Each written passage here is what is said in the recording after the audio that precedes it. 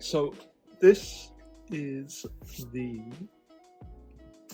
Royal Kludge RK68, and it's a 60% dual mode keyboard, which comes in at around I think you can find them around 75 to 80 Singapore dollars for the full kit, and it's a all plastic case with a metal plate inside. It has wireless, and it also has a Bluetooth dongle here in case you don't want to use it on 5.0. And I think too long don't read. Is this still the budget king in 2021? In my opinion, yes. If you're looking at something under around 80 Singapore dollars, then definitely please do go and buy this. It leads to so much down the road in terms of customizability and modding that you can be afforded to do with this.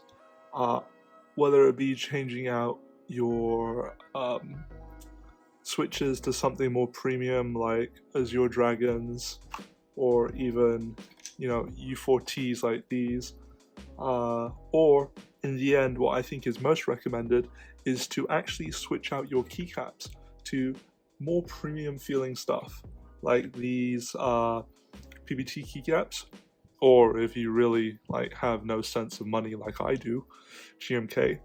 But I think in the end I am so impressed with this board compared to many of these other things like Typetest, or even there's a board in Singapore called the CJ68. I think it's CJ68. These are boards which are basically packaged from Taobao and brought into Singapore. They run a story about how they're a Singaporean company, yada yada, and then sell it for 3 times the price.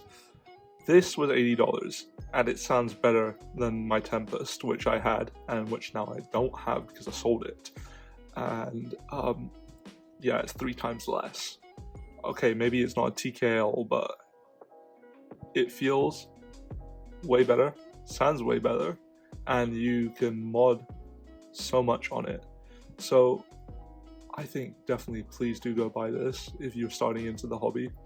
This is definitely the option for kids or for people who are new and wish to get in. After this, you'll see a brief time lapse on when I disassemble the board and when I reassemble it with U4Ts, and you will see 3 sound tests: 1 stock, 1 with U4Ts and stock keycaps, and 1 with these PBT keycaps. And well, the results will probably shock you.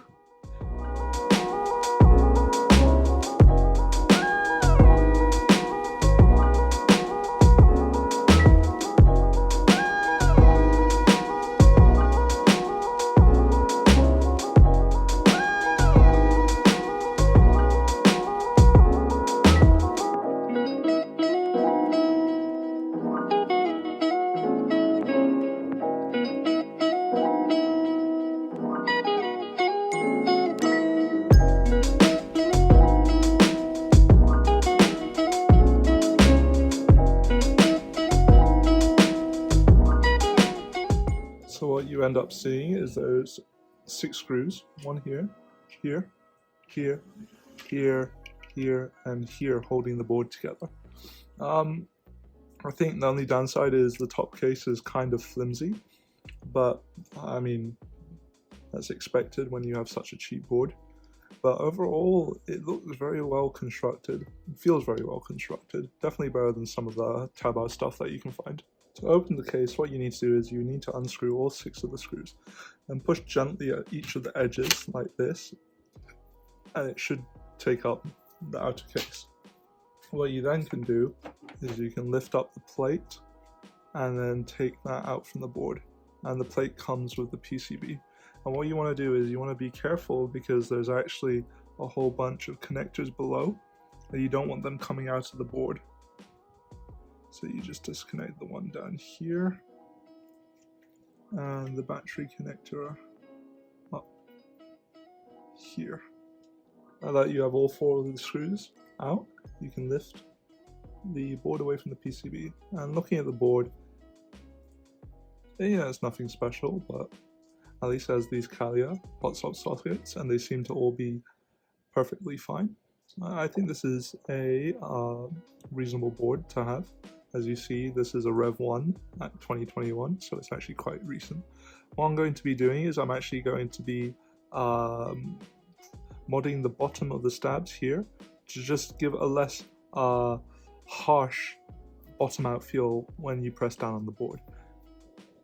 So once you have the plate off, what you can do is you can take out these stabilizers. These are plate mounted, so what you're going to end up doing is pushing on these tabs at the back here. That's for most cherry style stabilizers. You just need to push them in and lift up, and what happens is your stab will come out. So you can do that for the other four on the board, and that's how you get all your stabilizers out. Now, these are obviously not going to be the greatest. They have made somewhat of an effort to lube them, but they still sound rather rattly. So we'll obviously be taking them apart in order to redo them and then put them back on.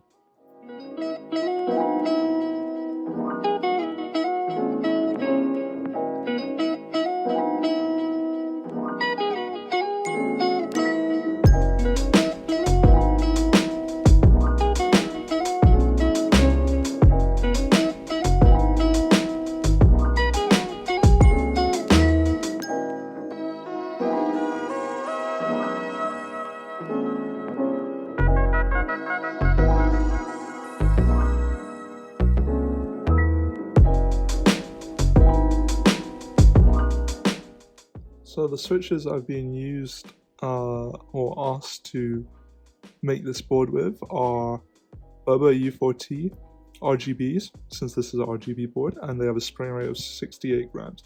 Now, Gazzew himself, he has his own way of lubing these switches, which is to specifically take the switch, open it as such, and when you open it you want to press down on the stem to open it fully, and once you take it apart you'll notice that there is factory applied lube. So what Gazzew actually recommends you to do is to lube the two slides with something such as Tribosis 3203, or in some cases 203G0. Doesn't really matter because they're both on the thinner side. And when you come to actually closing the switch back up, what you need to do is you need to press down on the switch stem once again. And Gazzew says himself that this is to preserve the spring inside and the leaf, so that you still get maximum tactility out of the switch. So that's all for putting switches back in. Now we have to assemble the top case, and then we can get back to putting in keycaps.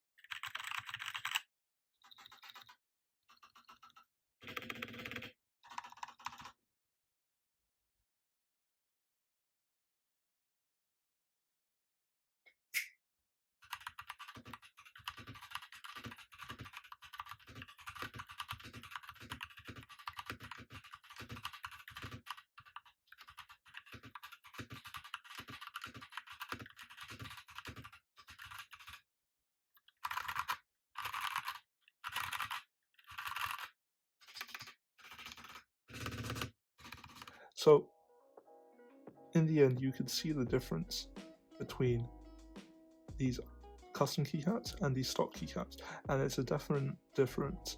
Like, the sound profile of your board considerably changes. And now I could take my Primus, like this thing, this is like, what, $1,600, and I could swap these keycaps into it and it sound like shit. So what you would end up doing is just spending maybe even $40. You could actually skip out on putting U4Ts on this, and you can just go for a custom keycap set, and that would completely change the sound profile of your board, and for the better, I believe. Now, these keycaps, I've gotten them from a place which I like visiting because they always have a whole bunch of stuff, and they have great stuff. It's called Mecha Store, and it's located in Amoy Street in Singapore, and the people there, they definitely take care of you. They currently have a code SGMK10 which gives you 10% off their store, and they do shipping around Asia. So obviously, please do go give them a look. I think at the time of filming, the KBD 67 Lite R2 has just gone in. I've just bought one for $200 Singapore dollars, and I should be shooting a video quite soon on it. Now, that's it, and thank you for watching.